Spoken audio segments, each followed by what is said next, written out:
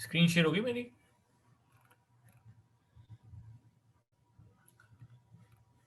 जी sir, हो गई है शेयर। राइट जी।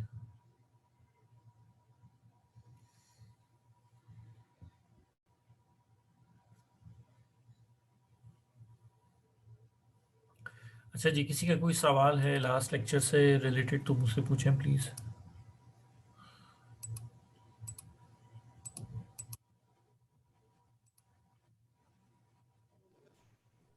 अस्सलाम वालेकुम सर। जवाब। वालेकुम सलाम। मैंने पूछना था, कल आपने बताया था रेड का कि hardware and software based solution होता है। सर ये मैंने पूछना था कि वो कैसे, मतलब हार्डवेयर तो वो होता है, जाहिर सी बात है, सॉफ्टवेयर बेस्ड किस तरह से जवाब होता दोबारा बोलो, मुझे आवाज़ ही नहीं आ रही। है। सर मैंने पूछना था कि आपने कल रेड का बताया था कि ये hardware and software based solution होता है। हाँ बिल्कुल।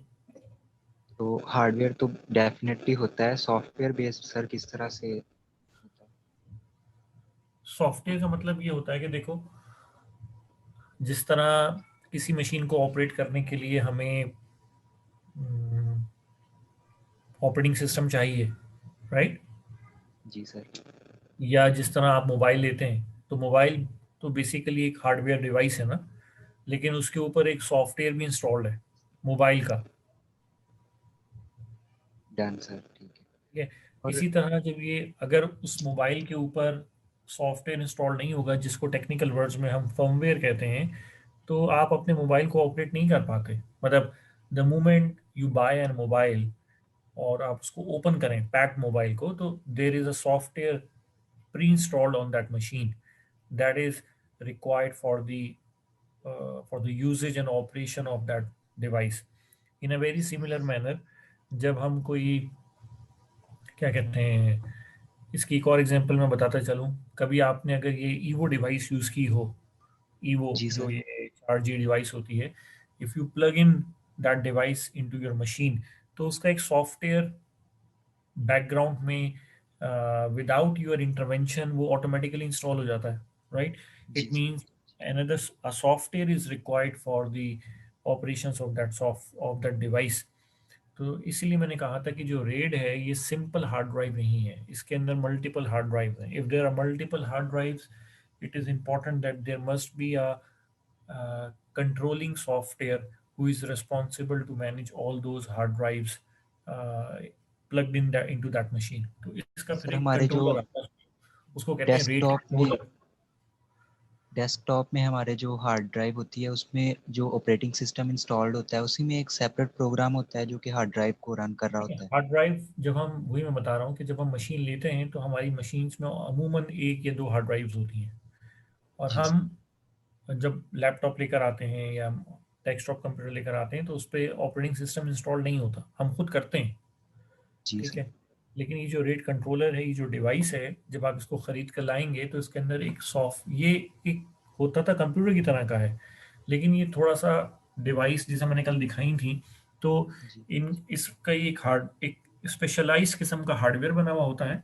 और इसके अंदर एक डिफ़ॉल्ट सॉफ्टवेयर होता है, वो ऑपरेटिंग सिस्टम नहीं है, वो विंडोज 7 या विंडोज 10 नहीं है, वो एक कंट्रोलर है, उसको कहते हैं रेट कंट्रोलर, जिसके थ्रू हम इस इन मल्टीपल जो हार्ड ड्राइव्स हैं उनको कंट्रोल करते हैं, उनको कॉन्फ़िगर करते हैं, उनको फॉर्मेट करते हैं, उनको उनकी पार्टीशनिंग करते हैं, उनकी स्पेस यूटिलाइजेशन करते हैं। ये ऑपरेशंस हम उसमें करते हैं। और सर ये रीड एंड राइट का मतलब कि इसको हम रीड एंड एक ही राइट का मतलब ये है कि हार्ड ड्राइव पे आपने कुछ सेव करना है तो राइट हो गया, और हार्ड ड्राइव से आपने कोई चीज़ रिट्रीव करनी है तो वो रीड है। Done sir.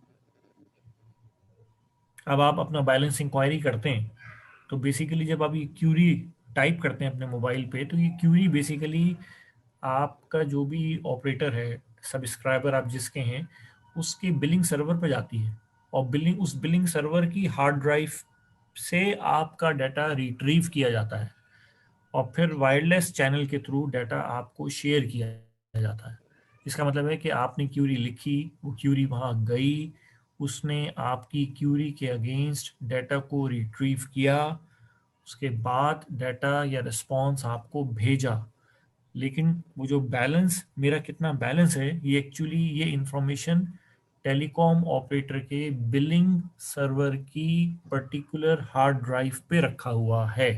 अब वहाँ एक हार्ड ड्राइव नहीं होगी, there are 6 million for example, for for XYZ telecom operator there are more than 3 to 4 million users, और सब 300 मतलब इतने यूज का सब्सक्राइबर्स हैं, तो फिर single hard drive is insufficient, so we must जी need a sir. RAID setup. जी sir, thank you sir. Clear? जी सर, क्लियर है। ओके, कोई और सवाल? नहीं सर, बस थैंक यू। राइट, इसके अलावा कोई और सवाल? अब्दुल्ला, आपका कोई सवाल नहीं है यार? ये तुम लोग सवाल ही नहीं पूछते मुझे, फिर ये कुछ तो टॉपिंग बोर है, फिर उसके बाद तुम लोग भी बोर हो, कुछ बता पूछते ही नहीं हो। पूछो तो सही कि हाँ समझ आ रही है, नहीं समझ आ रही है, कोई सवाल है, कुछ नहीं है। अब तो MCQs करने वाले भी चले गए लगता है, जो पेपर दे रहे थे बगैर पढ़े। बिलाल भी नहीं है, शाहरोज भी खामोश है 6 दिनों से। शाहरोज, खुदा के वास्ते टेस्टिंग से मत सवाल पूछना मुझसे। नहीं सर, वो असल में मेरे पेपर थे। कौन सा पेपर दे रहा था भाई? सर ईएम का दे रहा था, ये भी साथ देना था, लेकिन ये प्रिपेयर नहीं था, इसलिए मैंने नहीं दिया। आमीन, शुक्र है। जी अच्छा, तो क्यों नहीं दिया? देते थे। सर, ये प्रिपेयर नहीं था, और ऑडिटिंग से वो सवाल आते हैं, मैं तुक्के मारता तो फेल होने का चांस भी था। अच्छा, ठीक है, चलो अच्छी बात है, समझदारी की बात की है। कोई सवाल है तो पूछो। नहीं सर, आप जबरदस्त पढ़ा रहे हैं, बस 2 क्लासें मेरी मिस हुई हैं, उनमें से कोई सवाल अभी पूछूंगा, प्रिपेयर करूंगा ना सर, कल ही तो फारिग हुआ। अच्छा, ओके, सही सर। चलो। अब्दुल्ला यार, कोई कोई कोई सवाल?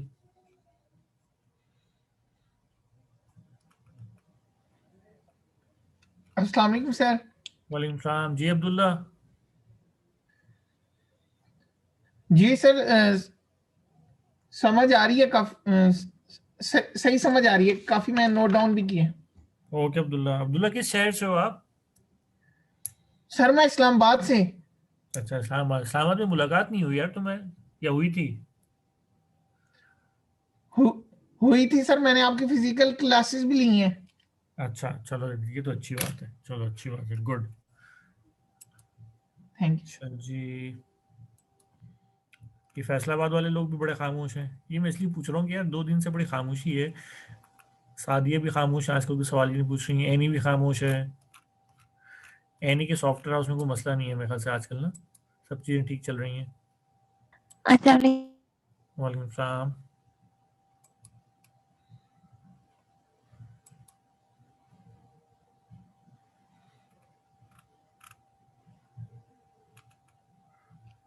अस्सलाम वालेकुम सर। वालेकुम सलाम जी सादिया। सर वो कोई असल सवाल? में मैं इस्लामाबाद गई थी, तो मेरे ना 2-3 लेक्चर मिस हो गए हैं, मैं आपके सुन नहीं पाई, तो वो ओहो, मैंने इंशाल्लाह कल। फिर तो मुस्तकबिल करीब में बहुत सवाल आने वाले हैं। जी सर, इंशाल्लाह। चलो ठीक, चलो अच्छी बात, ओके। जी सर।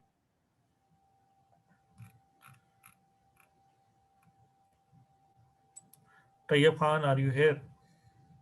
तौसीफ खालिद। जी सर, अस्सलाम वालेकुम। वालेकुम सलाम जी। तैयब, कोई सवाल? सर मैंने वो दरअसल 2 लेक्चर ये नहीं, एक डीसी का की है। यार, ये जिन लोगों ने पिछले 2 से 3 लेक्चर मिस किए ना, बड़ा हैवी कंटेंट मिस कर दिया इन लोगों ने। सर वो आप लिखवा दें काइंडली, क्या क्या पढ़ाया था? ना भाई, अब मैं दोबारा नहीं रिपीट कर रहा, ये बाकियों से पूछो जो रिकॉर्डेड लेक्चर्स हैं, वहां से सुनो, फिर मुझे बताओ। ये आसान लेक्चर्स नहीं थे, देवर क्वाइट टेक्निकल लेक्चर्स। मैं अब आगे चलूंगा, क्योंकि मेरे पास, इसलिए नहीं कि मैं बताना नहीं चाहता, इसलिए कि मेरे पास नंबर ऑफ आवर्स रह गए हैं कम, और मैंने कोर्स कंप्लीट करना है, फिर कुछ प्रैक्टिस भी करानी है, तो मैं उस मैनेजमेंट को भी देख रहा हूं। तुम पढ़ो, कोई मसला है तो जी मुझसे जरूर पूछना, आई एम अवेलेबल। ठीक है सर। तुम भी पेपर दे रहे थे? नहीं सर। ओके जी। तैयब, जी जी सर। कोई इशू, कोई मसला? सर यही था कि लेक्चर नहीं लिए, मैं ही बता रहा था। अच्छा अच्छा अच्छा, तुम ही थे, मैं सुने वो दूसरे थे। ओके। जी अजीजुर रहमान।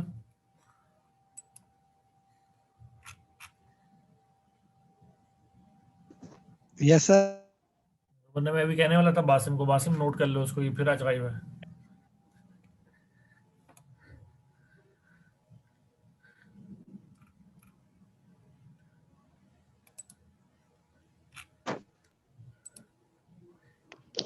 जी अस्सलाम आयशा, वालेकुम सर। वालेकुम सलाम, कोई सवाल? सर आपने एक चीज लिखवाई थी कि अगर आरटीओ मिनट्स में हो तो तब हम लोग कौन सा वो रिकवरी साइट लेते हैं, ये थोड़ा सा मिस हो गया। अगर हमारी आरटीओ जो है वो मिनट्स में होगा तो आप बताएं कि कौन सी साइट लेनी चाहिए हमें। मिनट्स में है। मिनट्स में मिनट्स का मतलब ये है कि it can be 59 minutes but it can not be 60 minutes, because if you go to 60 minutes it will be considered an hour. तो इन मिनट्स का मतलब है कि लेस देन 60 मिनट्स। इसमें मैंने डुप्लीकेट रिकवरी साइट लिखा हुआ है, ये पता है। एब्सोल्युटली करेक्ट, डुप्लीकेट साइट होगी। उसकी वजह यह है कि कोई भी और साइट जो है वो 49 मिनट के अंदर जो है वो अवेलेबल नहीं हो सकती। It takes some time to make all the operations और दी सर्विसेज फंक्शनल, तो उसके लिए कुछ टाइम चाहिए। सो आई थिंक सो कि 59 minutes is very insufficient time to configure. However it is only possible if you are maintaining a mirror site और a duplicate site. जी बिल्कुल, यही आंसर है। और अगर आरटीओ मिनट्स में होगा तो हम डाटा मिररिंग मतलब वो यूज हाँ जी, होगी। फिर मिरर करेंगे, बिल्कुल मिररिंग करेंगे हम उसको कह सकते हैं, या हम उसको क्या कहना चाहिए, डाटा डुप्लीकेशन करेंगे, रियल टाइम डाटा डुप्लीकेशन करेंगे या डाटा मिररिंग करेंगे, and it must be in real time. ठीक है, सही है, बस और यही। इसको सिंक्रोनस, रियल टाइम सिंक्रोनस भी कहा जा सकता है। तो सही है, ठीक है।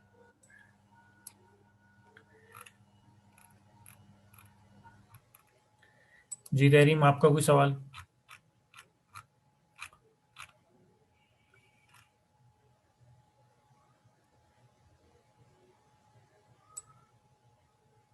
Imran, any question? इट्सा, कबान, एनी क्वेश्चन? अस्सलाम वालेकुम सर। वालेकुम सलाम। सर ये एक्टिविटी लॉग के बारे में बात में मेरे जहन से निकल गया, इसके बारे में क्या था ये?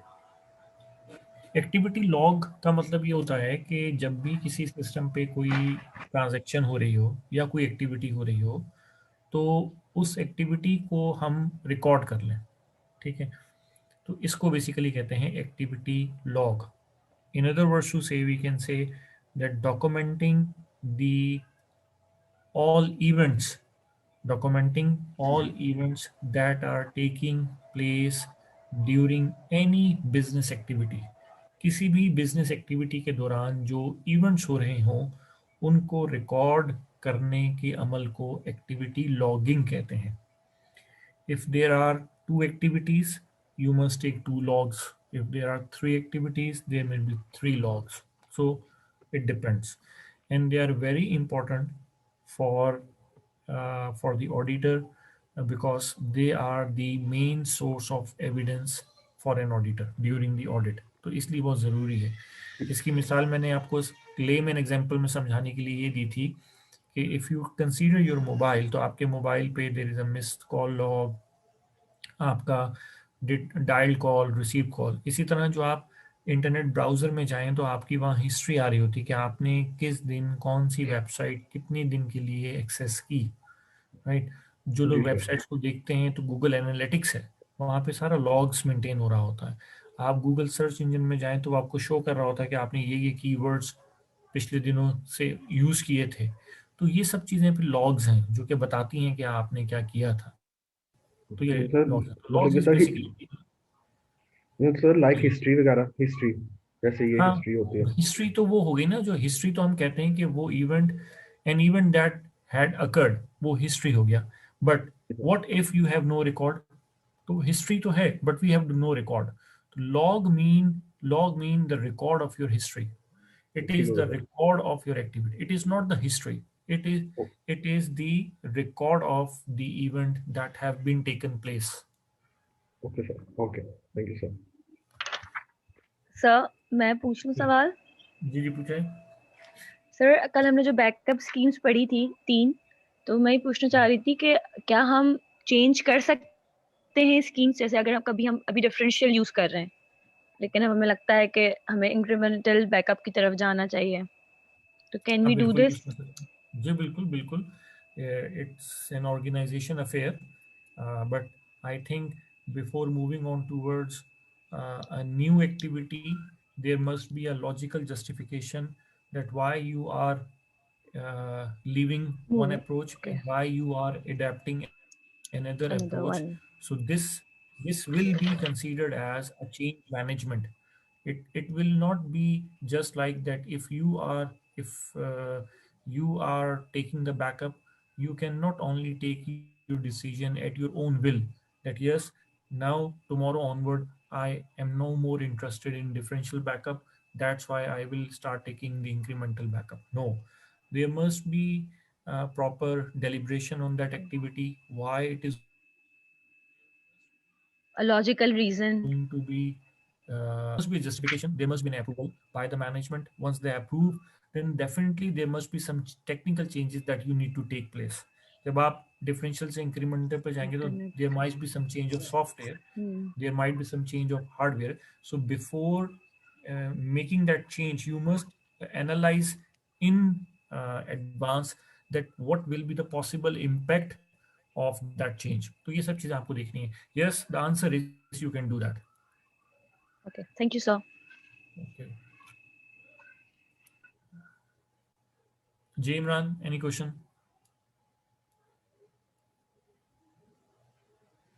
ओके मैं अब आप लोगों को एडवाइस ही करूंगा कि अब आप लोग ना एक काम करें. अब आप लोग थोड़े थोड़े ऑडिटर तो हो गए हैं, कुछ कुछ आप लोगों को आइडिया है. अभी चूंकि ये सीबीटी है तो उस मैं पर्सनली इसमें थोड़ी सी क्या कहना चाहिए तशनगी रह गई है कि अगर मैं आपको ऑडिटर कहूँ कि आप ऑडिटर बन गए हैं तो उसमें डेफिनेटली कुछ कुछ चीज़ें हैं जिनको बेहतर उसी वक्त किया जा सकता है जब कोई फिजिकल सेशंस हो. बहरहाल आपके लिए एडवाइस ये है कि आप एक काम करें कि आप सीजा की बुक को अगर इंटरनेट से डाउनलोड कर सकते हैं. मैंने वैसे अपनी जीमेल का अकाउंट के ऊपर वो सर जो आपकी क्लास आवाज़ ब्रेक हो रही है. ओके मैं ये कह रहा हूँ कि आप माय एडवाइस इज कि अब आप लोग सीजा जो मैनुअल है उसकी जो आपके पास 2015 है या 2016 है, कोशिश करें कोई एक है, एक पर्टिकुलर वर्जन आप सब ले लें ताकि सबके पास एक ही वर्जन हो. तो 2016 या 2015 जो है वो आप इंटरनेट से इजीली अवेलेबल हो सकता है. तो आप इसमें से कोई भी एक रिव्यू मैनुअल ले लें ताकि आप लोगों को पढ़ना जो है वो आसान हो.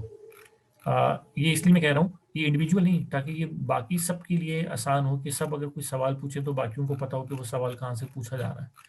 तो एक तो ये कर लें. उसके बाद वो उन चीज़ों को पढ़ के हर 5 चैप्टर्स हैं सीधा में, और उसके बाद मुझसे कुछ और कोशिश करें कि उसके आखिर में जो सवालात हैं वो आप हल करना शुरू करें. और उसके बाद इससे एक तो ये होगा कि आप थोड़े से फेमिलियर हो जाएंगे क्योंकि वो एक सिनेरियो देते हैं और फिर उसके बाद पूछते हैं, तो उसको आप करेंगे. और दूसरा ये कि मैंने फिर ये कहूँगा कि सीजा की बुक के चैप्टर के अंदर ना, I am not saying at the end of the chapter, I am saying in between the chapter there are 2 to 3 case studies in every chapter. So you open the chapter, you identify the case study और आप उसके सवालात करें और उनके जवाब को भी पढ़ें कि ये क्यों इसने इस आंसर को ऑप्ट किया है. तो उससे ये फायदा होगा कि आप लोगों की प्रैक्टिस हो जाएगी अच्छी. तो ये चीज जो है वो आप लोग करें. कोई मसला हो तो मुझसे पूछिएगा. अच्छा जी, हम अब आगे चलते हैं.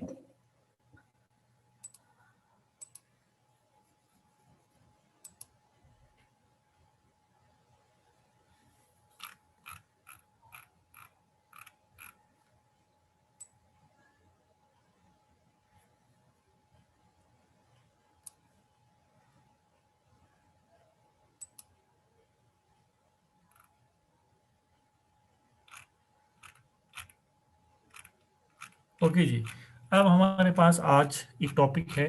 हमने एप्लीकेशन की रिजिलियंस की मेथड देख लिए, क्लस्टरिंग, उसमें active clustering, active clustering and active passive clustering. फिर हमने डाटा की रिजिलियंस के मेथड देख लिया, जिसमें मैंने आपसे कहा कि अमूमन रेड है। फिर मैंने एक और चीज़ आपको डाटा के हवाले से दो चीज़ें और बताई। एक मैंने आपको बताया कि बैकअप की अप्रोचेस क्या हैं, जिसमें 3 अप्रोचेस हमने पढ़ी, फुल बैकअप, इंक्रीमेंटल बैकअप और डिफरेंशियल बैकअप। और उन तीनों में फिर हमने जो डिफरेंशियल बैकअप और इंक्रीमेंटल बैकअप था, उन दोनों में जो मेन डिफरेंसेस थे वो पढ़े, और उसकी वजह से जो एडवांटेजेस और डिसएडवांटेजेस पढ़े, जिसमें इंपॉर्टेंट बात क्या है कि किसको कम टाइम लगता है रिस्टोर करने के लिए। तो आपने ये याद रखना है कि ओके, कोई मुझे ये बताएगा, इमरान ये बताएं कि कौन सा बैकअप अप्रोच ऐसी है जिसको रिस्टोर करने में कम वक्त लगता है।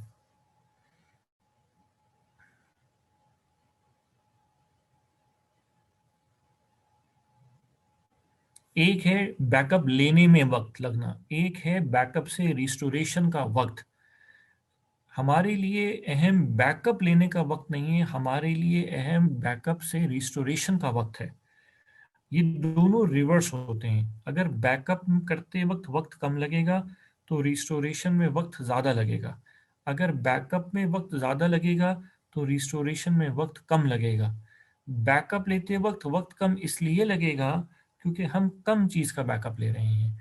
तो डिफरेंशियल बैकअप जो है वो बेसिकली क्या करता है कि since the last full backup से जो चेंज आती है, राइट, उससे सारी चेंजेस को बैकअप बैकअप ले रहा होता है। इंक्रीमेंटल बैकअप मैंने क्या बताया था कि since either the last full backup और द इंक्रीमेंटल बैकअप, राइट, तो उसके बाद जो चेंजेस आएंगी उसका वो बैकअप लेता है। तो इंक्रीमेंटल बैकअप, आज बैकअप लेंगे तो कल बैकअप लिया था, आज बैकअप किस चीज का लेंगे, कल के बाद से जो चेंजेस आएंगी, तो इंक्रीमेंटल बैकअप है। लास्ट बैकअप के बाद से जो चेंजेस आती हैं उनका बैकअप लिया जाता है। डिफरेंशियल क्या है, आज बैकअप लेना है, कल भी बैकअप लिया था, तो वो कल से आज तक की जो तब्दीलियां हैं सिर्फ उनका बैकअप नहीं लेगा, बल्कि वो कहेगा कि भाई जो जिस दिन लास्ट फुल बैकअप लिया था ना, उसके बाद से सारी चेंजेस का बैकअप लो। तो डेफिनेटली फिर ज़्यादा चीज़ का बैकअप लेंगे, ज़्यादा स्पेस चाहिए होगी, ज़्यादा टाइम लगेगा, लेकिन आसानी कब है, जब आप रिस्टोरेशन कर रहे होंगे।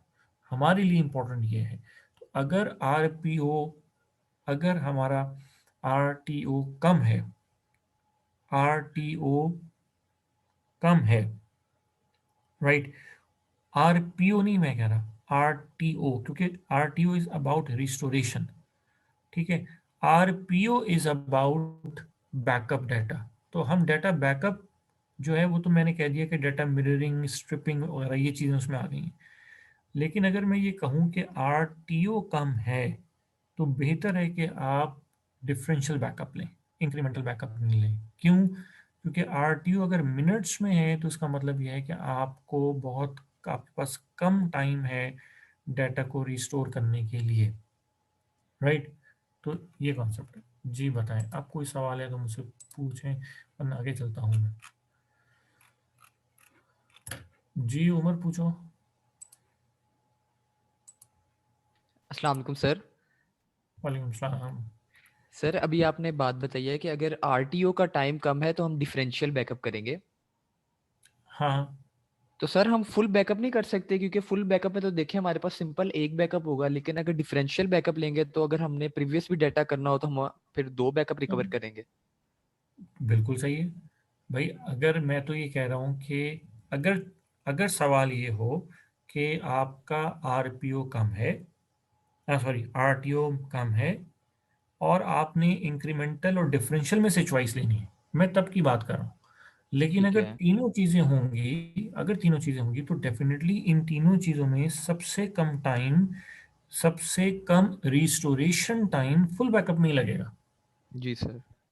लेकिन एग्जामिनर कंफ्यूजन के लिए अगर ये सिर्फ इन दोनों का पूछ ले तो फिर क्या करोगे? उस सूरत में जवाब दिया था कि फिर आप डिफरेंशियल बैकअप लेंगे। जी सर। ठीक हुई बात? जी सर, क्लियर। ओके। अच्छा जी, अब हम आगे चलते हैं। तो हमने ये भी कर लिया। अब हमारी तीसरी चीज़ रह गई है, वो है हमारा टेलीकम्युनिकेशन। हमने डाटा को देख लिया। मैंने आपको याद है, अगर याद हो तो शुरू में बताया था कि हमारे ऑडिट ऑडिट के अंदर, मतलब ऑडिट को शुरू करते वक्त मैंने बताया था कि सबसे पहला काम हम क्या करते हैं किसी भी ऑर्गेनाइजेशन के अंदर। अच्छा, ये जितनी चीज़ें मैं आपको एक और चीज़ पे बता दूं, ये जितनी चीज़ें मैं आपको पढ़ा रहा हूँ ना, कि मैंने पहले आपको थोड़ा सा अब मुझे थोड़ा सा भूल गया कि मैंने आप लोगों को रिस्क मैनेजमेंट के बारे में थोड़ा बहुत बताया था। एक तो है ना ऑडिट के रिस्क के मैनेजमेंट के हवाले से थोड़ा बहुत बताया, ये बताया था कभी कि मैंने कि आपको पहले अपने एसेट्स को आइडेंटिफाई करना है। Can anyone recall that whether I have ever mentioned that you must perform asset identification? BCP में तो हमने कहा कि, जैसे बीसीपी में मैंने कहा था कि सर्विसेज को आइडेंटिफाई करेंगे, उससे हम एसेट्स को क्लासिफाई कर लेंगे। लेकिन नहीं एट सर, वहां एनी पे नहीं हुआ रिस्क एनालिसिस में। नहीं, इससे पहले कभी एसेट आइडेंटिफिकेशन की बात नहीं की थी सर, मैंने? कोई भी बात नहीं हुई। ओके, अच्छा, अभी उस चीज़ को यहाँ पे बात कर लेता हूँ कि अच्छा, ये तो मैंने बीसीपी में बताया था ना कि सबसे पहले हम अपनी जब हम बीआईए कर रहे होते हैं तो बीआईए का सबसे पहला काम क्या है कि हमने अपनी सर्विसेज को आइडेंटिफाई करना है। बल्कि मुझे याद है कि वहाँ पे भी किसी ने ये कहा था कि एसेट्स को आइडेंटिफाई करेंगे, तो फिर मैंने वहाँ उनको इंटरप्ट करके ये कहा था कि पहले एसेट्स आइडेंटिफाई नहीं करेंगे बल्कि सर्विसेज आइडेंटिफाई करेंगे, क्योंकि सर्विसेज में एसेट्स इन्वॉल्व होते हैं, एसेट्स में सर्विसेज इन्वॉल्व नहीं होती। तो अगर तुम सर्विसेज आइडेंटिफाई कर लो और सर्विसेज की कैटेगराइजेशन कर लो या उनकी एक रैंकिंग कर लो, तो ऑटोमेटिकली रिसोर्सेज की रैंकिंग भी हो जाएगी। क्योंकि अगर एक सर्विस क्रिटिकल है तो उसमें जो एसेट इंगेज है वो भी बाय डिफॉल्ट क्रिटिकल हो जाएगा। बहरहाल, मैं ये कहना चाह रहा हूँ कि हमारे यहाँ साइबर सिक्योरिटी के अंदर, ये जो इंफॉर्मेशन सिक्योरिटी की हम बात कर रहे हैं, तो उसकी इम्प्लीमेंटेशन में सबसे पहला काम हम क्या करते हैं कि अपनी ऑर्गेनाइजेशन के अंदर जितनी भी इंफॉर्मेशन ओरिएंटेड एसेट्स होते हैं या डिजिटल एसेट्स होते हैं या इंफॉर्मेशन प्रोसेसिंग एसेट्स होते हैं, उनको आइडेंटिफाई कर लेते हैं। क्योंकि एसेट्स ही वो बुनियादी एलिमेंट्स हैं जिनको खतरा है। और जब हम खतरे की बात करते हैं तो फिर हमें खतरे के अगेंस्ट कोई प्रिवेंटिव मेजर लेना है, राइट? तो कहने का मकसद यहाँ पे, ये बात बताने का मकसद ये है कि जब हम एसेट्स की बात करते हैं तो हमारे यहाँ चार मेन इंपॉर्टेंट चीज़ें होती हैं। एक हमारी एप्लीकेशंस हैं जिनको हम आसान लफ्ज़ों में सॉफ्टवेयर कहते हैं। एक हमारा डाटा है जो कि डेटाबेस में होता है। तीसरा हमारा ह्यूमन रिसोर्स है, भी हम उसकी बात नहीं कर रहे। और चौथा हमारा जो है वो टेलीकम्युनिकेशन नेटवर्क होता है। तो और एक हमारा हार्डवेयर होता है।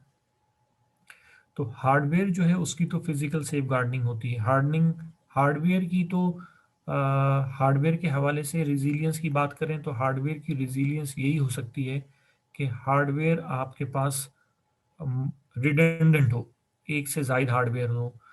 नंबर वन ये कि उसकी फिजिकल सेफ्टी को इंश्योर करें। तो कोई भी पूछे कि हार्डवेयर की रिजीलियंस क्या है, तो हार्डवेयर की रिजीलियंस के लिए आपके पास यही अप्रोच है कि आप एक स्पेयर हार्डवेयर रखें, बैकअप में एक स्टैंड बाय पे हार्डवेयर रखें। तो हार्डवेयर की रिजीलियंस भी पढ़ ली। बुनियादी चीज़ क्या है? रिडंडेंसी। एप्लीकेशन की रिजीलियंस बता दी, clustering, active active active passive. Data की रिजीलियंस बता दी बाय टेकिंग रेड, और फिर रिमूवेबल मीडिया और नॉन रिमूवेबल मीडिया भी बता दिया। उसके बाद उसमें एक स्नैपशॉट रहेगा, वो मैं बता देता हूँ। अब मैं आज टेलीकम्युनिकेशन की रिजीलियंस के बारे में पढ़ाऊंगा। टेलीकम्युनिकेशन नेटवर्क जो होता है ये इम्पॉर्टेंट है। उसकी वजह ये है कि आजकल के दौर में ऑर्गेनाइजेशंस जो हैं या ऑर्गेनाइजेशंस के जो मुख्तलिफ यूनिट्स हैं, it is very unlikely that all the operational units of an organization they co-locate at the same physical location. So mostly they are located at different geographical locations. So if the organizational units are geographically dispersed, then the only way of integrating them is to have a reliable communication or telecommunication network by which they can be well connected. Now, if the telecommunication network enables an organization to connect all the geographically distributed units of an organization, it is very important that we must take all measures to protect that telecommunication network, because if anything goes wrong with that telecommunication network, it means there can be a single point failure. There can be, if the link is down between two sides, then it is not possible to perform the transaction despite you have all the resources. Like if you go to an ATM machine, if the link is down, the ATM machine is there, the desired amount is there, the cash is there, the electricity is there, the software is there, but the link is down, you cannot make the transaction, right? Or if you are in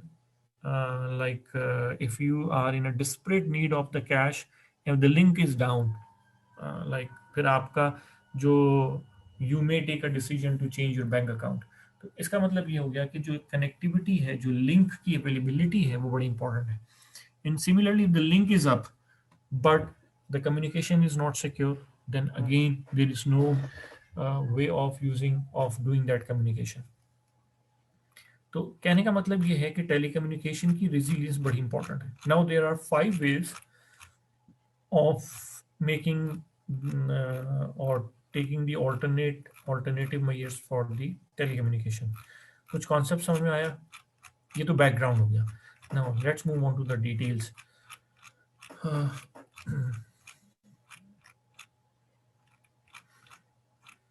अच्छा, एक और बात ये कि कुछ topic अब मैं cover नहीं कराऊंगा. आपकी बुक के अंदर जो स्टडी टेक्स्ट है, there is a very good list of teams. There are multiple teams in a BCP plan. Her team को थोड़े काम असाइन हो जाते हैं.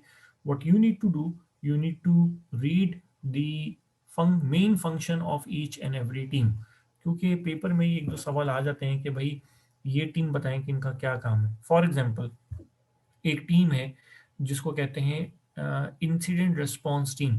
अब ये टीम बड़ी इंपॉर्टेंट टीम होती है. इंसिडेंट रिस्पांस टीम का काम बेसिकली क्या है कि हर जो इंसिडेंट हुआ है उसके बारे में इंफॉर्मेशन लेना और उस इंसिडेंट के बारे में लम्हा व लम्हा इंफॉर्मेशन को अपने जो सेंट्रल अथॉरिटी है उसको प्रोवाइड करना.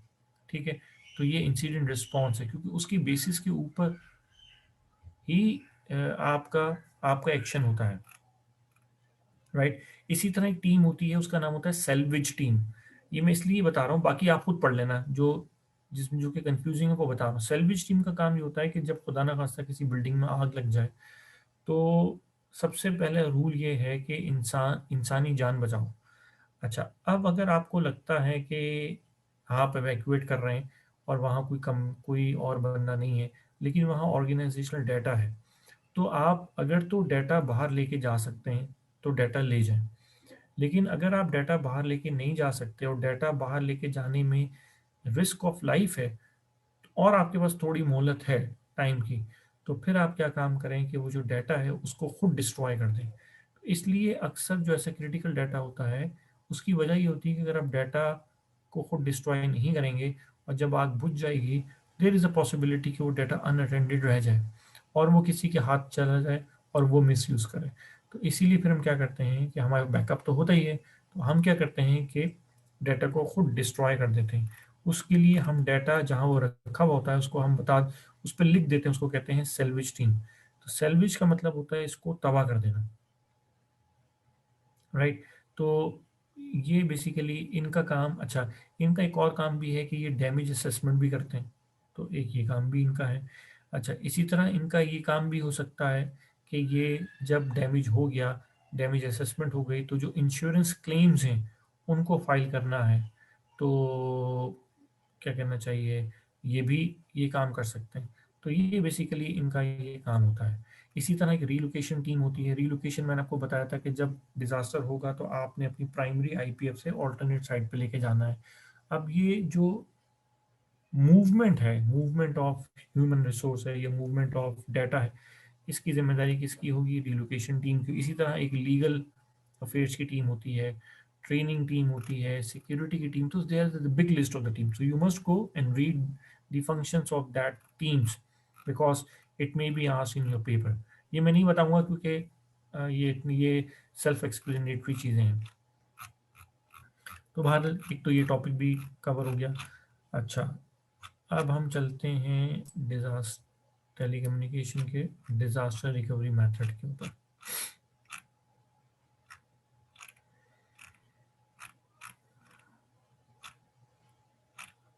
Just give me 2 minutes।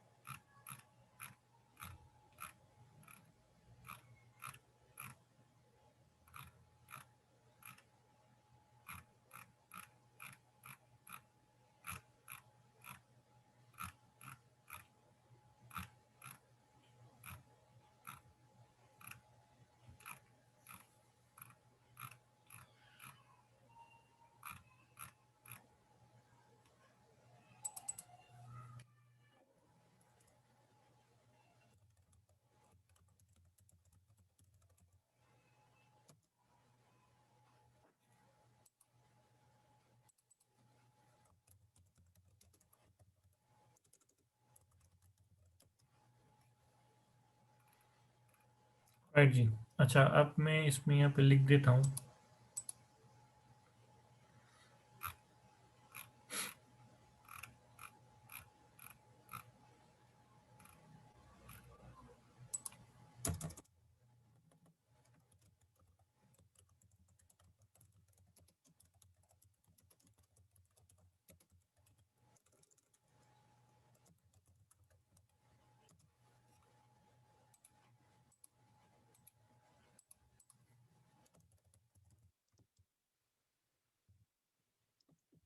पहला है रिडंडेंसी। ये देखें, ये लफ्ज हर जगह पे कॉमन है।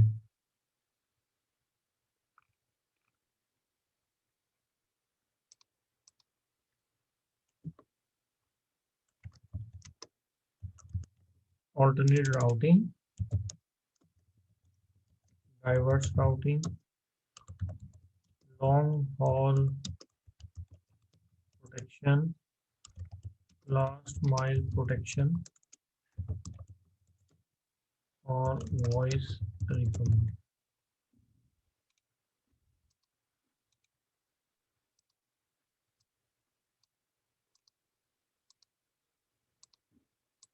ये तरीके हैं टेलीकम्युनिकेशन डिजास्टर रिकवरी मेथड।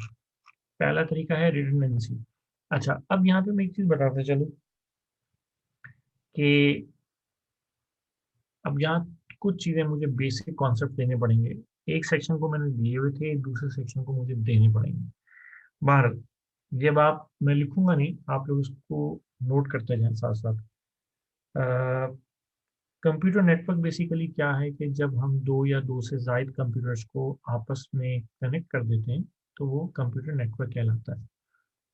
अच्छा, ये जो नेटवर्क है, ये जो कनेक्टिविटी है, ये हम तारों के थ्रू भी कर सकते हैं और हम वायरलेस भी कर सकते हैं।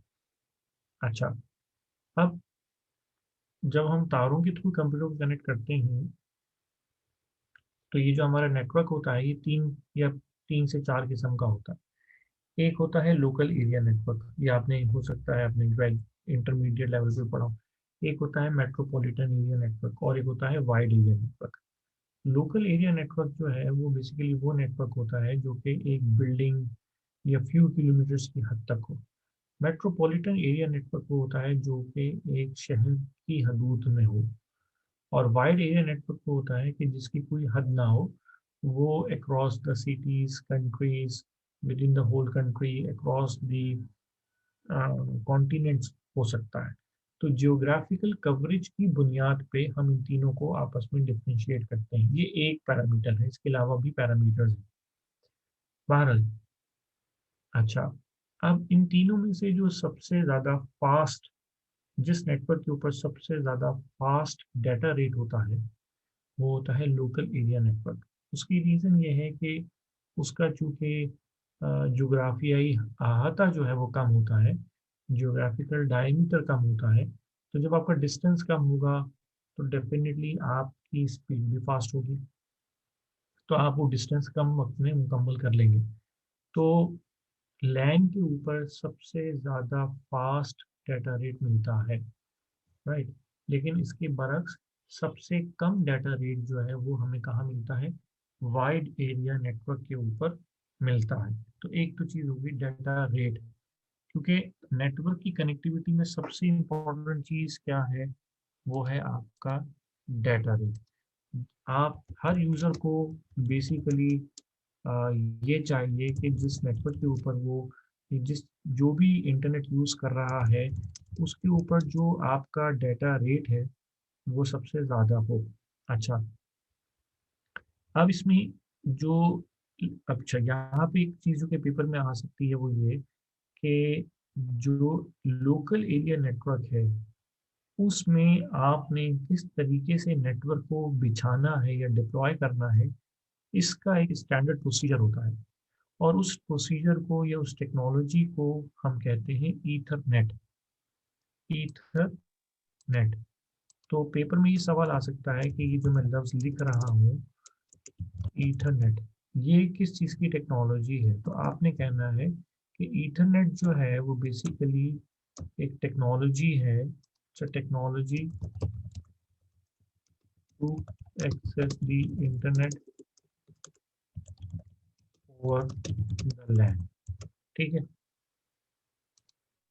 तो अच्छा, अब एक जो स्टैंडर्ड ईथरनेट होता है, जो स्टैंडर्ड ईथरनेट होता है उसकी जो स्पीड होती है वो होती है 10 मेगा बिट्स पर सेकंड। स्मॉल बी है, कैपिटल बी नहीं होगा क्योंकि वो बाइट्स में चल रहेगा। तो 10 मेगा बिट्स पर सेकंड होती है।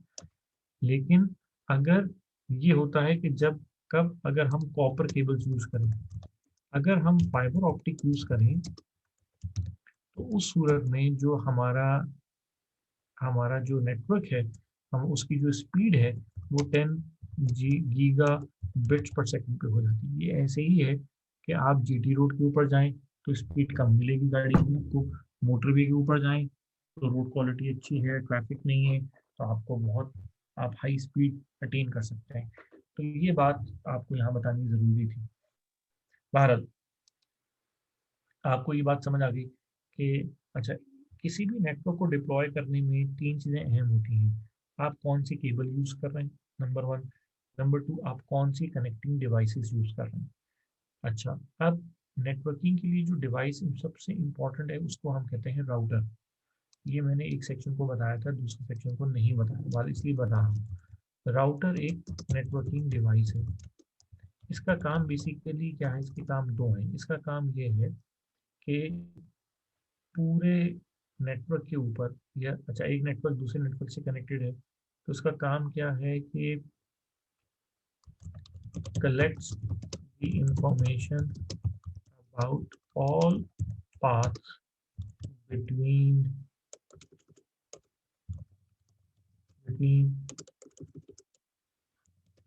two networks over the internet। इसका काम यह है कि हर किसी भी दो नेटवर्क्स के दरमियान जो भी पॉसिबल रास्ते हो सकते हैं उनके बारे में इंफॉर्मेशन को कलेक्ट करना, और उसके बाद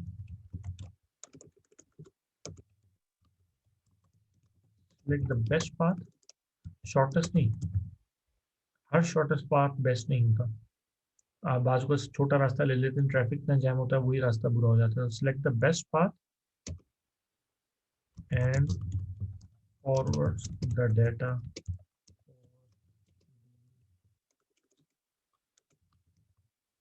सेलेक्टेड पाथ।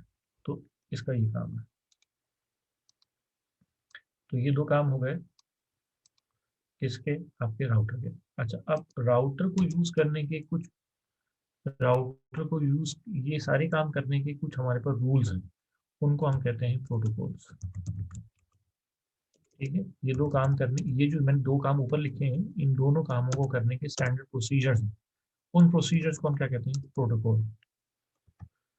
अच्छा, या हम उनको कहते हैं राउटिंग प्रोटोकॉल। अच्छा, राउटिंग प्रोटोकॉल दो किस्म के होते हैं, स्टैटिक और डायनेमिक। स्टैटिक का मतलब ये होता है कि आप पहले से किसी डाटा को भेजने से पहले रूट जो है वो फिक्स कर देते हैं, और डायनेमिक ये है कि आप राउटर पे छोड़ देते हैं कि वो खुद पाथ सिलेक्शन करे।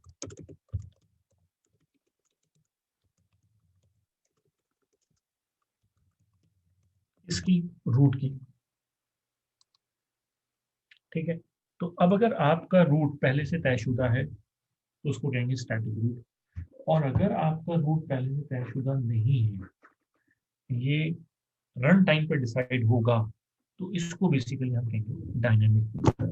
अब स्टैटिक रूट के लिए जो प्रोटोकॉल इस्तेमाल होगा उसको बोलेंगे स्टैटिक राउटिंग प्रोटोकॉल, और डायनेमिक रूट के लिए जो प्रोटोकॉल इस्तेमाल होगा उसको बोलेंगे डायनेमिक राउटिंग प्रोटोकॉल।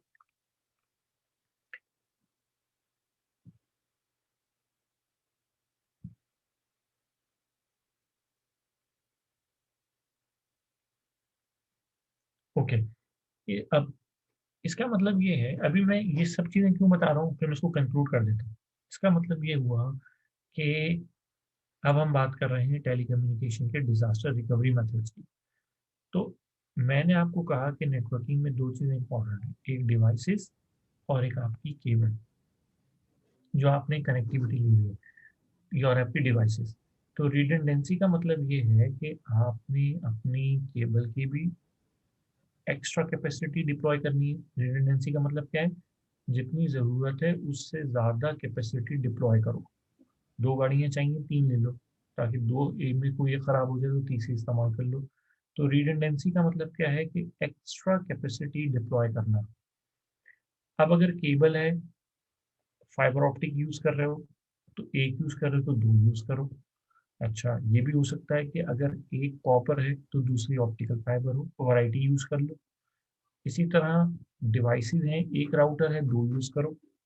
अच्छा, अगर दोनों को साथ यूज़ करते हो तो लोड बैलेंसिंग हो जाएगी, वरना क्या करो, दूसरे को स्टैंड बाय पे रखो, पहला ख़राब हो जाए तो दूसरा यूज़ करना, जैसा हमने एप्लीकेशन में पढ़ा था, एक्टिव पैसिव एक्टिव एक्टिव। तीसरी बात क्या है कि जो राउटर यूज़ कर रहे हो उसके अंदर स्टैटिक रूट भी डाल दो, कॉन्फ़िगर कर दो, और फिक्स रूट भी डाल दो। इससे क्या फ़ायदा होगा कि अगर स्टैटिक रूट फेल हो जाएगा तो डायनामिक रूट चल पड़ेगा। तो कहने का मकसद ये हो गया कि आपने करना क्या है कि आपने रिडंडेंसी करनी है। किस चीज़ की? डिवाइसेस की भी रिडंडेंसी करनी है, नंबर वन। केबल्स की भी रिडंडेंसी करनी है, पावर की भी रिडंडेंसी करनी है। इसी तरह आपको डिवाइस को चलाने के लिए जो डॉक्यूमेंटेड प्रोसीजर चाहिए, जिसको हम टेक्निकल वर्ड्स में कॉन्फ़िगरेशन फाइल्स कहते हैं, वो भी आप मल्टीपल रखें, ताकि अगर एक डॉक्यूमेंटेशन अवेलेबल ना हो तो दूसरी डॉक्यूमेंटेशन को देख के डिवाइस को ऑपरेट किया जा सके। तो ये भी चीज़ें रखें। जैसे कि हैवी, जो कि लार्ज स्केल मैन्युफैक्चरिंग होती है, वहाँ पे किसी प्लांट को चलाने का एक डॉक्यूमेंटेड एसओपी होता है।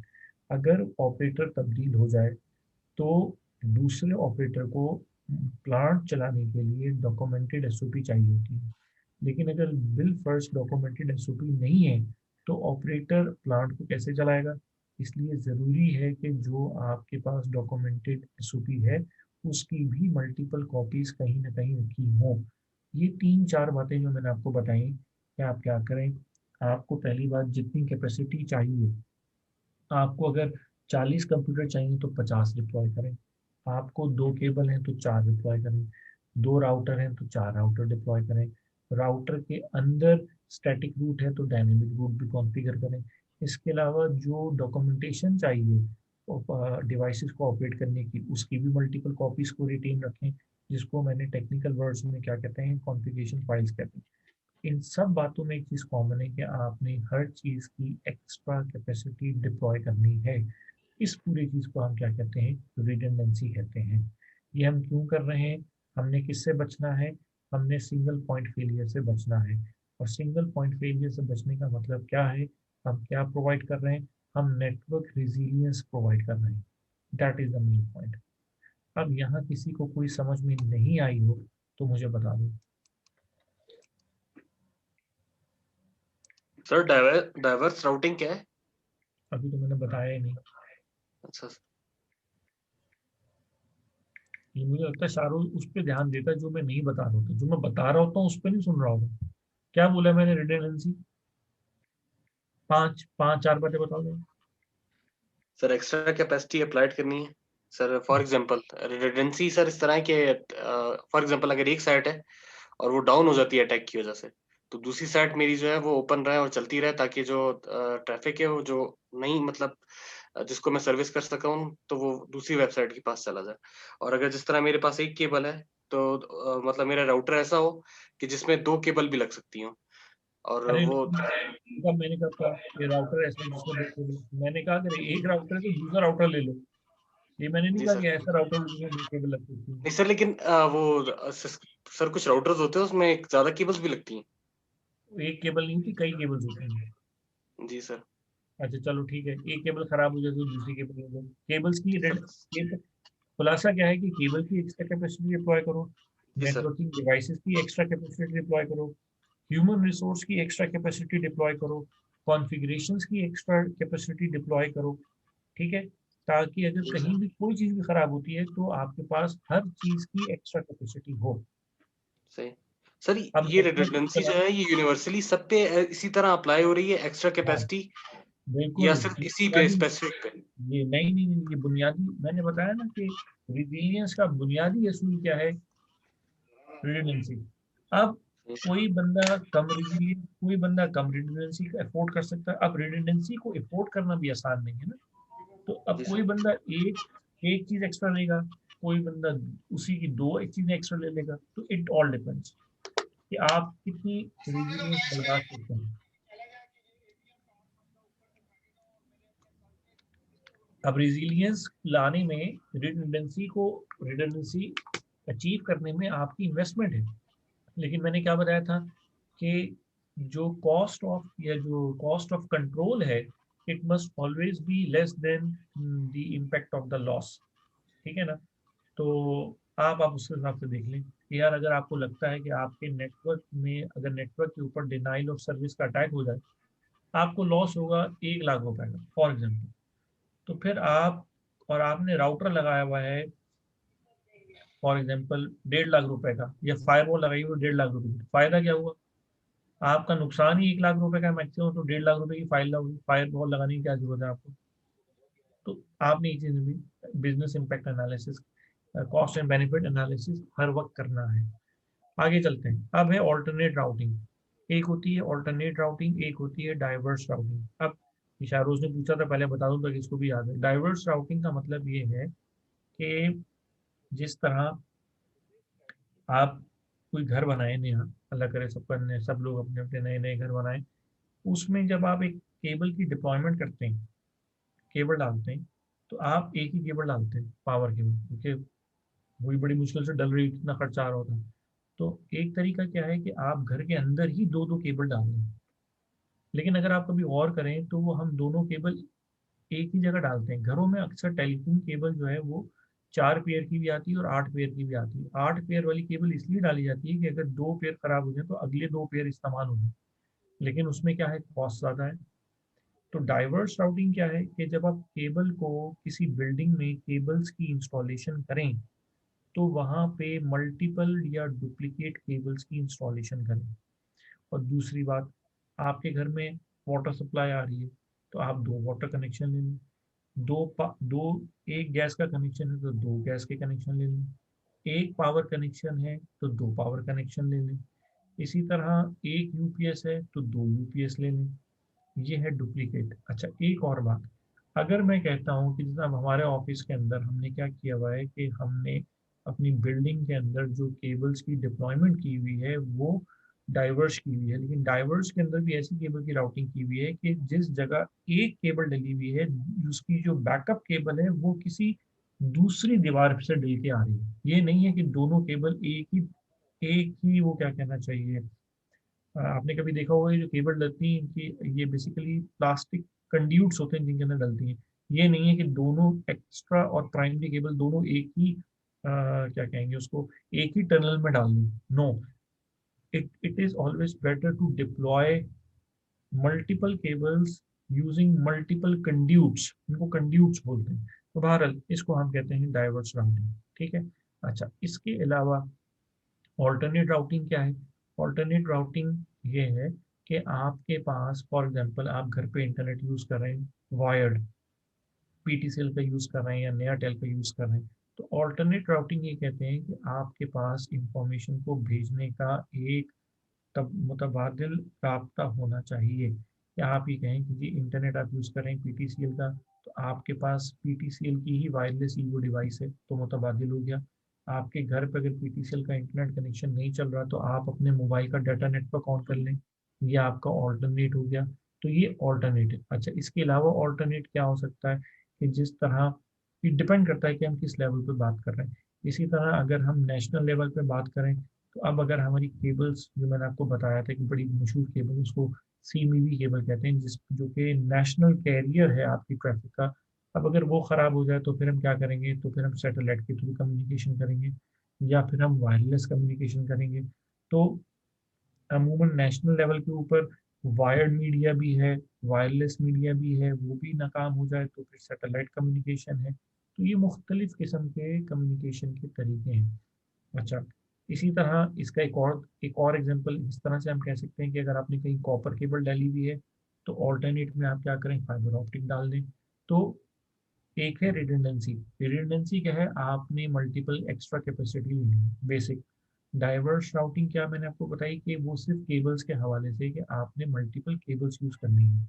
ऑल्टरनेट राउटिंग क्या है कि आपने जो मल्टीपल केबल यूज़ कर रहे हैं वो उन केबल्स की नोयत भी मुख्तलिफ है। अगर एक कॉपर है तो दूसरी ऑप्टिकल फाइबर हो, नंबर वन। नंबर टू ये कि अगर एक लैंडलाइन कनेक्शन है तो एक वायरलेस कनेक्शन ले लें। अगर एक वायरलेस है तो फिर वायरलेस पे भी वाईफाई है तो फिर एक सेलुलर कनेक्शन ले लें। और अगर सेलुलर भी है तो फिर माइक्रोवेव कनेक्शन ले लें। और अगर माइक्रोवेव भी है तो फिर सैटेलाइट कम्युनिकेशन कनेक्शन ले लें। तो ये मुख्तलिफ क्या है? ऑल्टरनेट राउटिंग के तरीके हैं। हाँ जी, किसी का कोई सवाल? जी सर स्विचेस, सर स्विच जो होता है जी जी वो राउटर से कनेक्टेड होता है ना? हाँ जी। तो सर अब अगर राउटिंग कर रहा हूँ मैं अल्टरनेट, तो मेरा जो राउटर है वो पहले स्विच के पास जाएगा, मतलब मैं अब मतलब स्विच से बाहर जा रहा है, वो आउटसाइड जा रहा है कनेक्शन। मैं आपको आसान कर देता हूँ। जब जी हम सर। कंप्यूटर से कोई डाटा बाहर निकालते हैं, तो कंप्यूटर से डाटा पहले जाता है स्विच। ऑर्गेनाइजेशन की बात कर रहा हूँ, घरों में बात नहीं कर रहा। तो वो पहले जाता है स्विच के पास, स्विच से वो जाता है बेसिकली सर्वर के पास, सर्वर से वो जाता है राउटर के पास, और राउटर से फिर वो बाहर चला जाता है।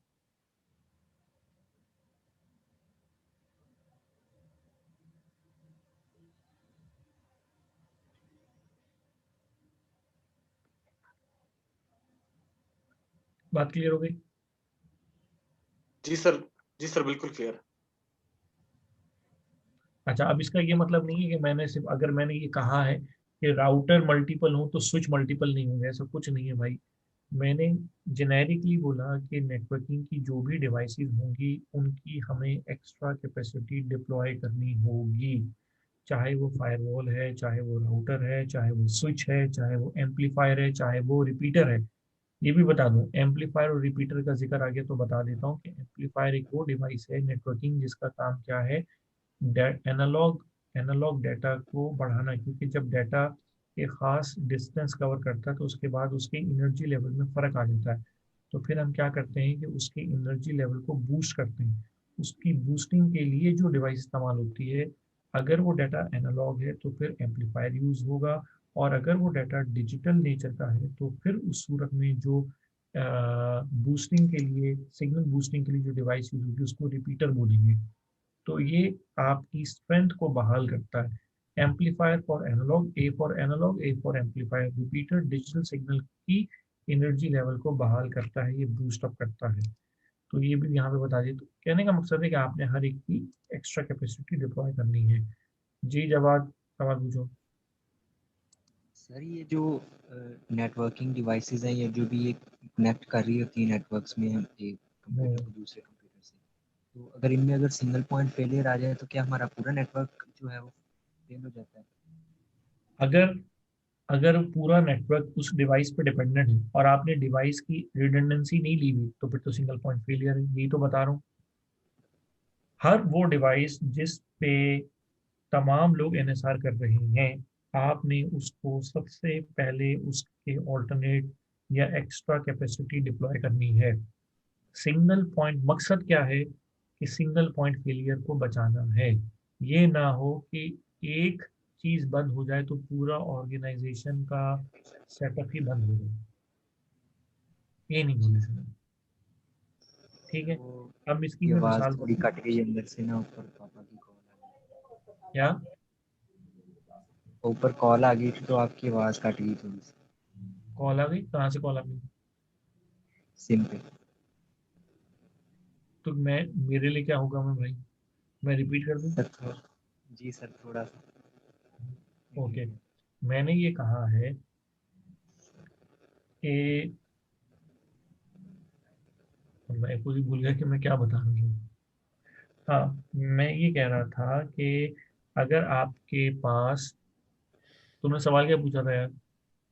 सर मतलब कि अगर सिंगल पॉइंट फेलियर आ जाए तो हाँ, हमारा अगर सिंगल पूरा। पॉइंट फेलियर होता है तो आपने ये करना है कि वो डिवाइस जिसके ऊपर सारा नेटवर्क डिपेंड कर रहा है, आपने उस डिवाइस की एक्स्ट्रा कैपेसिटी डिप्लॉय करनी है। ये हमारा मकसद क्या है? हमारा मकसद है कि हमने बचाना है सिंगल पॉइंट फेलियर को। ये ना हो कि एक डिवाइस के फेल होने से पूरा ऑर्गेनाइजेशनल नेटवर्क बैठ जाए। ये नहीं होने देना। तो ऐसी सर वो जो चीज, डिवाइस जो हम डिप्लॉय करते हैं वो एट ए टाइम उसी नेटवर्क के साथ चल ही रही होती है। बिल्कुल बिल्कुल, और नहीं भी चल रही हो तो एटलीस्ट अवेलेबल तो हो, हम उसको रिप्लेस तो कर सकते हैं। फॉर एग्जांपल, तुम्हारे पास एक लैपटॉप है, उस लैपटॉप की एक ही बैटरी है, कल को खुदा ना खास्ता लैपटॉप की बैटरी खराब हो जाती है तो क्या करोगे? और डायरेक्ट पावर सप्लाई भी नहीं है, तो फिर दो बैकअप रखोगे ना। जी तो ज़रूरी नहीं है कि जो डिवाइस आपने एक्स्ट्रा ली है वो वो कनेक्टेड भी हो और हर वक्त इस्तेमाल भी हो। अवेलेबिलिटी होना भी बड़ी अहम चीज़ है। जी अच्छा, सर। कुछ लोग क्या करते हैं, लेके रख लेते हैं और क्या करते हैं, बस लेके रख लेते हैं। लेके रखने के बाद एक और स्टेप होता है कि हमने उसको कॉन्फ़िगर भी करना है। तो पहला स्टेप होता है प्रोक्योर करना, दूसरा स्टेप होता है उसको कॉन्फ़िगर करना, और तीसरा स्टेप होता है उसको कनेक्ट करके डिप्लॉय करना। हम अमूमन क्या करते हैं कि हम प्रोक्योर कर लेते हैं, कॉन्फ़िगर भी कर लेते हैं। उसके बाद अगर हमारी प्राइमरी डिवाइस फेल हो जाए तो हमारे पास पता है कि वो बैकअप डिवाइस कहाँ रखी, उसको बस फौरन कनेक्ट करना है और वो चल पड़ेगी। लेकिन अगर वो है लेकिन कॉन्फ़िगर नहीं है तो फिर कॉन्फ़िगरेशन टाइम आपको उस पर अप्लाई करना पड़ेगा। तो इसलिए सर ये बेहतर है कि कॉन्फ़िगरेशन वही होता है ना कि ये जो हमने उसको साथ अटैच करना जैसे होता है? विंडोज़ की इंस्टॉलेशन करनी है आपको, जी सर। इसको कहते हैं कॉन्फ़िगरेशन करना। जी सर। आगे चलूँ? जी सर आगे चलिए। ओके, अब मैंने एक चीज़ बताई थी, last mile protection. Last mile protection क्या होती है? लास्ट माइल कहते हैं कि आपके घर या आपके ऑफिस से लेके जो आपकी लोकल टेलीफोन एक्सचेंज है, वो जो भी कंपनी है, उस तक का जो कनेक्टिविटी है उसको कहते हैं लास्ट माइल प्रोटेक्शन। इसकी मिसाल मैं ऐसे दूंगा कि अगर आप कभी गौर करें कि आपके बचपन में जब भी टेलीफोन कनेक्शन में कोई ख़राबी आती थी तो वो ख़राबी हमेशा एक्सचेंज टू आपके घर तक के दरमियान की जो कनेक्टिविटी वहीं आती। कभी नहीं होता कि एक्सचेंज से पहले या बियॉन्ड द एक्सचेंज जो है वो प्रॉब्लम अगर वो आ भी रही होती तो आपको फील नहीं हो पाता, क्योंकि वो इस तरह से मैनेज कर रही होती। तो ये जो आखिरी लास्ट लेग होती है, जिसको हम लेग कहते हैं या हॉप कहते हैं, ये जो होती है इसको कहते हैं लास्ट माइल प्रोटेक्शन। तो अक्सर लोग फिर क्या करते हैं कि जो अपनी लोकल एक्सचेंज होती है उससे अपने ऑफिस या घर तक दो टेलीफोन लाइंस ले लेते हैं। आप कभी ऑफिस में देखें तो उनके दो दो या तीन, हो सकता है ऑफिस के अंदर मल्टीपल 100 लोग हों, लेकिन उन्होंने दो से तीन लाइंस ली हुई होती हैं। तो उसके दो मकासद होती हैं। एक तो ये कि उनके पास मल्टीपल लाइंस होती हैं, दूसरी बात ये है कि वो करते फिर क्या है कि अगर 100 लोग हैं तो 100 नंबर नहीं लेते, 2 नंबर लेते हैं और उसके पीछे अपनी एक इंटरनल एक्सचेंज इंटरकॉम एक्सचेंज बना लेते हैं। उससे क्या होता है कि तो कॉस्ट सेविंग हो जाती है। लेकिन फिर ये कोई नहीं करेगा कि एक ही लाइन ले, अमूमन कम से कम हम 2 लाइंस लेते हैं।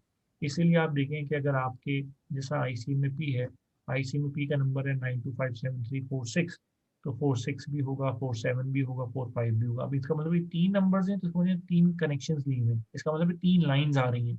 तो ये क्या है, लास्ट माइल प्रोटेक्शन। ये बात क्लियर होगी?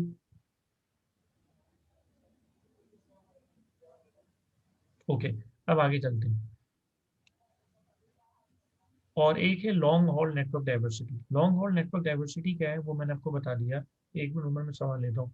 लॉन्ग हॉल डाइवर्सिटी ये है कि जो आपके नेशनल कैरियर्स हैं, नेशनल कैरियर से मुराद ये है कि जो आपकी इंटर प्रोविंशियल कम्युनिकेशन है या इंटर सिटी कम्युनिकेशन है, वहाँ जो केबल्स डिप्लॉयड हैं आप उनका भी बैकअप लें।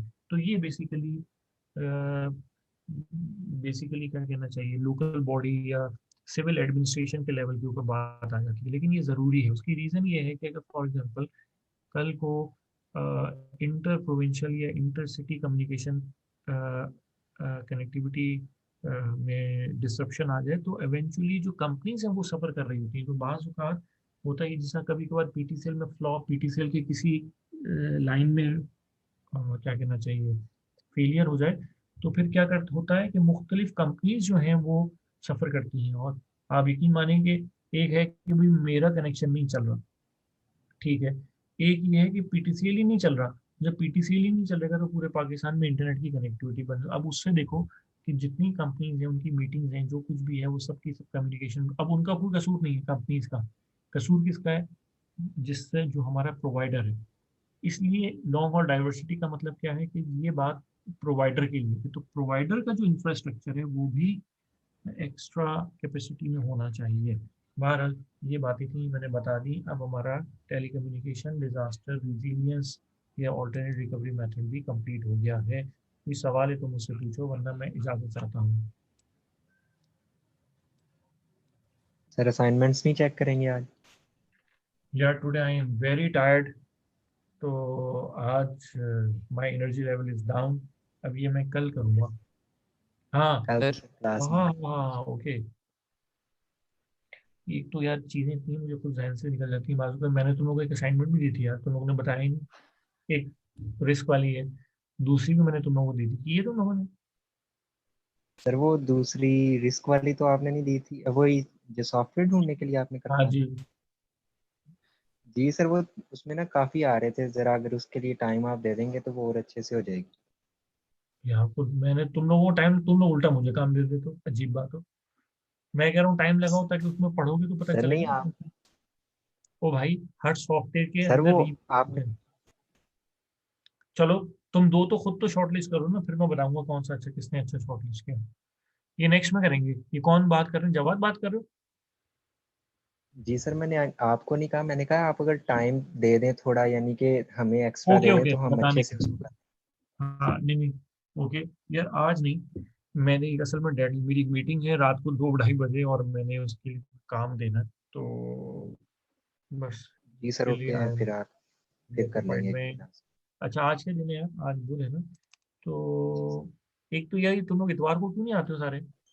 मैं इतवार को आता हूँ, मैं क्लास भी लेता हूँ, फिर आधे लोग आते हैं आधे लोग नहीं आते, ये अच्छी बात तो नहीं है नहीं यार। सर, मैं तो आपकी क्लासेस बड़े रेगुलरली ले रहा नहीं हूँ। नहीं, तुम्हें नहीं कह रहा मैं, बाकी वैसे तो खैर उन लोगों को कह रहा हूँ तो आज आए ना, और इतवार को नहीं आते हैं। बहरहाल कोशिश करो कि इतवार को रेगुलर रहें। फिर मुझे ये होता है कि यार आधा लेक्चर पढ़ाऊँ, क्या करूँ, सारी चीज़ें। बहरहाल जब उमर, कोई सवाल? जी सर, मैंने ये डाइवर्स राउटिंग से रिलेटेड पूछना था। हमने डाइवर्स राउटिंग में मल्टीपल केबल्स यूज़ करते हैं, हम्म, तो सर ये मल्टीपल कंड्यूट के केबल्स, साथ, कंड्यूट कंड्यूट। या सर कंड्यूक के साथ, तो सर ये जो केबल्स होंगी ये ज़रूरी है मतलब कि सेम होनी चाहिए केबल, कि हम अलग-अलग भी यूज़ कर सकते हैं, मतलब कि एक टेबल को डिफरेंट यूज एक कर केबल सकते हैं। कॉपर हो या एक ऑप्टिकल नहीं फाइबर। डिफरेंट यूज करते हैं, उसमें कोई ऐसा कोई हार्ड एंड फास्ट रूल नहीं है। तो सर फिर ऑल्टर देयर इज और डाइवर्स में क्या फ़र्क हुआ? ऑल्टर और डाइवर्स में। डाइवर्स में सिर्फ ये बात नहीं है ना कि केबल्स की, डाइवर्स का मतलब है कि आपकी जो ऑल्टरनेट है उसमें जो आपका कम्युनिकेशन जो मीडिया है, जो कैरियर है, वो भी डिफरेंट होना चाहिए। जी मतलब सर। डाइवर्स राउटिंग का मतलब तो ये ना कि केबलिंग, अब केबलिंग तो तुम्हारा इख्तियार केबलिंग का तो अपनी कैंपस के हद तक है ना। जी सर। ठीक है, तुम पीटीसीएल को तो डिक्टेट नहीं कर सकते कि भाई तुम भी दो दो केबलें डालो। हाँ जी सर। एक एक बात। दूसरी बात ये कि ऑल्टरनेट राउटिंग में सिर्फ ये चीज, डाइवर्स राउटिंग केबल की हद तक महदूद होती है। अब वो केबल चाहे सिमिलर टेक्नोलॉजी की हो या डिफरेंट, क्या कहना चाहिए, नेचर की हो, जैसा मैंने कहा कि कॉपर है या फाइबर ऑप्टिक है। अच्छा, ऑल्टरनेट राउटिंग का मतलब ये है कि आपका जो ट्रांसमिशन मीडियम है ना, वो मल्टीपल हो। जैसे मैंने कहा कि अगर आपके घर डीएसएल कनेक्शन है पीटीसीएल का, तो जैसे मैं इस्लामाबाद की बात करूं तो अब इस्लामाबाद में डीएसएल प्रोवाइड करने की एक और कंपनी है, उसका नाम नयाटेल है। तो मैं क्या करूं, घर में दो डीएसएल कनेक्शन ले लूं। ठीक है। अच्छा, जी सर। ये भी कर सकता हूँ कि यार दूसरा अगर नयाटेल का अफोर्ड नहीं कर सकता तो पीटीसीएल की वायरलेस डिवाइस ले लूं। अगर ये भी नहीं है तो फिर मुझे पता है कि हाँ यार, तमाम घर में जितने अफराद हैं उनके मोबाइल पे डाटा नेटवर्क कॉन्फ़िगर कर लूँ, ताकि मेरे पास कम्युनिकेशन के मल्टीपल मीडियम्स अवेलेबल हों। ठीक है। जी अब सर। यही चीज़ अगर ऑर्गेनाइजेशन की तरफ लेके जाओगे तो ऑर्गेनाइजेशन ने कम्युनिकेशन करनी है, वो कहेगा कि भाई हम लैंडलाइन डीएसएल भी ले लें, वायरलेस डीएसएल भी ले लें, जीएसएम कनेक्शन भी हमारे पास हो। अगर ये तीनों फेल हो जाए फिर क्या करेंगे? तो फिर जिस तरह फौज है, अब फौज के पास तो फिर माइक्रोवेव कम्युनिकेशन भी होती है, वो भी ना हो तो फिर उनके पास क्या होती है? उन्होंने अपना पूरा एक डेडिकेटेड नेटवर्क बिछाया हुआ है, वो भी फेल हो जाए तो फिर क्या होगा? सैटेलाइट कम्युनिकेशन पे चले जाएंगे। तो ये कहने का मकसद है कि फिर हमारे पास इन शॉर्ट के जो ट्रांसमिशन मीडियम्स हैं वो मुख्तलिफ होने चाहिए। इसको मैंने ऑल्टरनेट राउटिंग कहा था। जी सर। तो सर रिडंडेंसी जो है फिर उसके अंदर एक ही ट्रांसमिशन मीडियम के हमारे पास स्पेयर होंगे?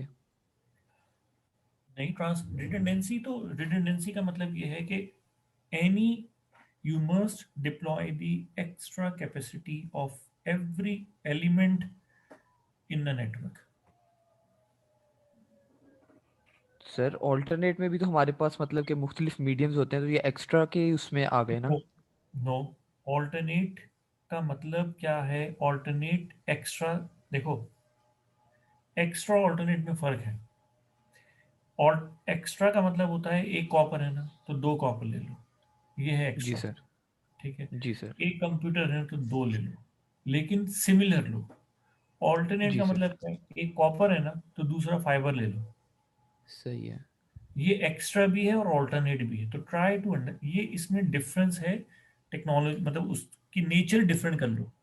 लेकिन यस सर, अगर समझ तुम आ गया। कहो कि एक कॉपर है दूसरी कॉपर है तो वो रिडंडेंसी भी है, लेकिन ऑल्टरनेट भी है। लेकिन जी एक सर। कॉपर है और दूसरी ऑप्टिकल फाइबर है तो फिर वो मोस्ट अप्रोप्रिएट क्या है? ऑल्टरनेट है, ऑल्टरनेट है, जी सर। रिडंडेंसी।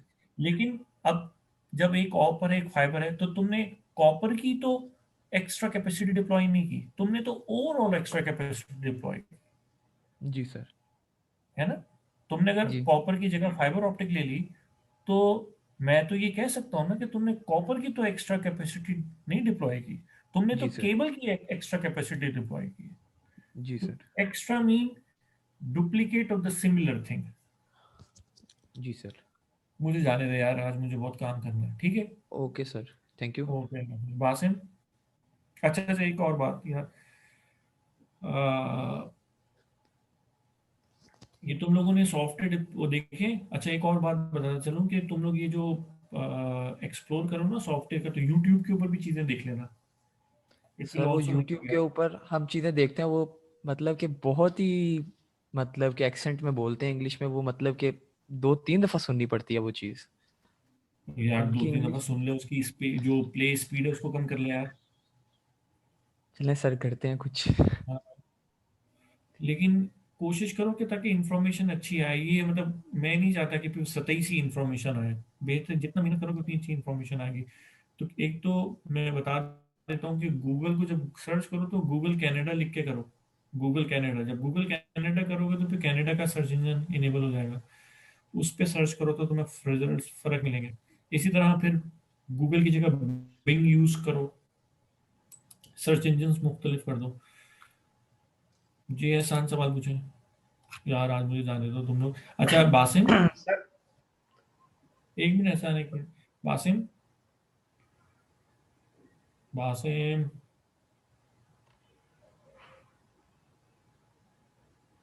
अच्छा यार मैं संडे को तुम लोग की क्लास लूंगा, राइट? संडे को आई विल टेक क्लास 7:30, नहीं कितने बजे लेता हूँ मैं, 7 बजे लेता हूँ ना, 7 7 to o'clock। 9, ओके। जी 7 सर। o'clock, right. जी एहसान पूछो। अस्सलाम वालेकुम सर। बासिम अगर आगे तो जवाब दे देना। सर ये जो इसके साइबर सिक्योरिटी के हवाले से फीचर्स हैं ये भी उसमें सॉफ्टवेयर में डिस्प्ले किए होते हैं उन्होंने? क्या मतलब? मतलब हमने उनको कंपेयर तो साइबर सिक्योरिटी के हवाले से ही करना है ना सर, कि कौन ज्यादा अच्छा है और कौन नहीं नहीं नहीं नहीं कम। नहीं नहीं नहीं नहीं। तुमने उस, वो जो, अच्छा ठीक है, उस सॉफ्टवेयर की सिक्योरिटी एवेलुएट नहीं करनी है तुमने। तुमने फिलहाल, ये अगला स्टेप है, तुमने अभी फिलहाल ये देखना है कि वो सॉफ्टवेयर क्या फीचर दे रहा है, उसकी सिक्योरिटी मत देखो अभी। ठीक है sir. Okay. Okay okay sir. Okay यार, अल्लाह हाफिज। ओके, अल्लाह हाफिज सर। अल्लाह हाफिज सर। ओके।